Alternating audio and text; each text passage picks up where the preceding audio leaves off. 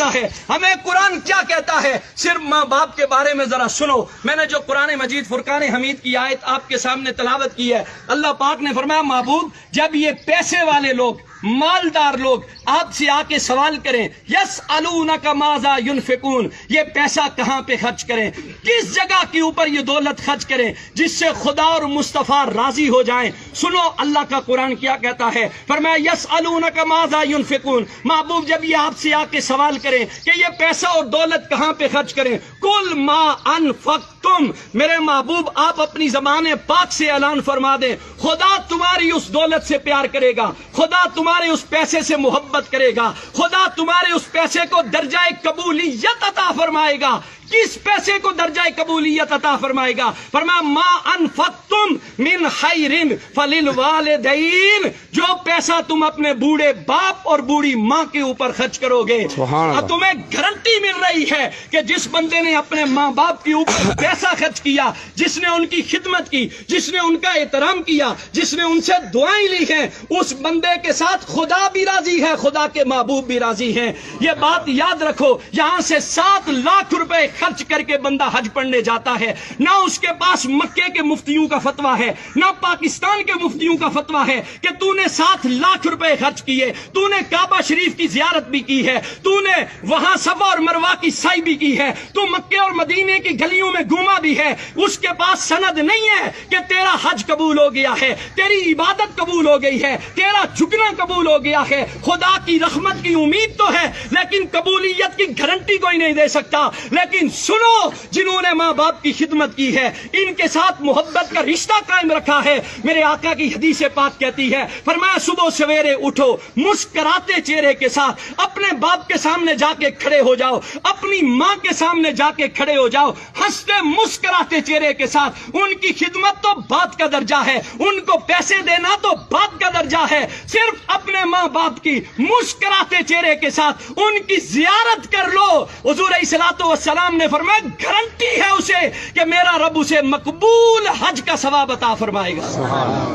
ہم یہاں سے حاجی صاحب بننے کے لیے مکے کی گلیوں میں تو جاتے ہیں، مدینے کی گلیوں میں تو جاتے ہیں، پیسے تو خرچ کرتے ہیں. کبھی سوچا تمہارا بوڑھا باپ گھر میں بیٹھا ہوا ہے، کبھی سوچا تمہاری ماں وہ محبت کی نظروں سے تمہیں دیکھ رہی ہے. شاید میرے بیٹے کو زندگی کا گزرا ہوا کوئی لمحہ یاد آ جائے، شاید اسے زندگی کی کوئی بیتی ہوئی یادیں ستائیں کہ میرے باپ نے میرے لیے اتنا کچھ کیا تھا، میری ماں نے لوگوں کے دروازوں کے اوپر جا کر کپڑے دھو کر برتن مانج کے لوگوں کے گھروں میں جھاڑو لگا کر. آپ اور میں روز دیکھتے ہیں بوڑھے ضعیف العمر لوگوں کو کہ روڈ کے اوپر سوٹی اٹھا کر لوگوں سے مانگ رہا ہے. کبھی اس بابے سے ایک دفعہ پوچھ کے دیکھو، بابا یہ تو کس کے لیے مانگ رہا ہے؟ تو لوگوں کے دروازوں کے اوپر جاتا ہے، تو کس لیے جاتا ہے؟ کیا تجھے اپنی ضرورت ہے؟ وہ باپ کہتا ہے نہ مجھے میری ضرورت نہیں ہے، میں زندگی گزار سکتا ہوں لیکن میرے گھر میں ننھے بچے ہیں جو شام کو میرا راستہ تکتے رہتے ہیں. ہمارا باپ گھر میں سودا لے کے آئے گا،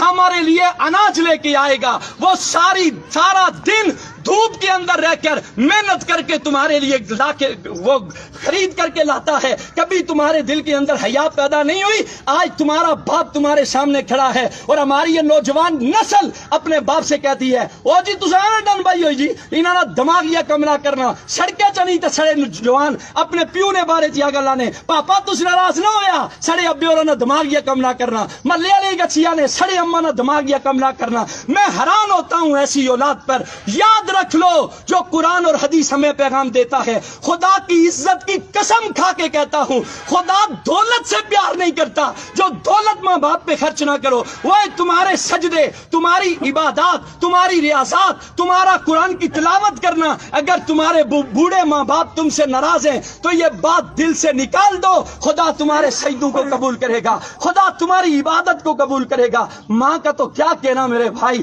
ماں تو زمانے کی وہ ہستی ہے جسے قرآن نے چاند کہا ہے. ساری کائنات ایک طرف ہے، ماں کی ہستی ایک طرف ہے. ماں جیسا تو اللہ نے کائنات کے اندر کسی کو پیدا ہی نہیں کیا ہے. وہ ماں جس کے بارے میں ایک شاعر بول کے کہتا ہے، ایک مدت سے میری ماں نہیں سوئی تابش، میں نے فقط ایک بار کہا تھا کہ مجھے ڈر لگتا ہے. تابش کہتا ہے میں نے زندگی میں ایک مرتبہ کہا اماں مجھے ڈر لگتا ہے، اس کے بعد میری ماں نے سونا ہی چھوڑ دیا. ایک اور شاعر بول کے کہتا ہے، وہ کہتا ہے وہ اس ڈر سے دوپہر دوپہر کے وقت بچوں کو سلا دیتی ہے، شاید کھلونے بیچنے والا پلٹ کے واپس نہ آ جائے۔ ایک اور شاعر بول کے کہتا ہے، وہ کہتا ہے جس گھر میں روٹیاں 4 ہوں، بندے 5 ہوں، اس گھر سے ایک ہی ہستی کی صدا بلند ہوتی ہے، مجھے بھوک نہیں ہے، وہ کوئی اور نہیں ہوتا، رب کعبہ کی قسم وہ ماں ہوتی ہے۔ ایک اور شاعر بول کے کہتا ہے، وہ کہتا ہے زمان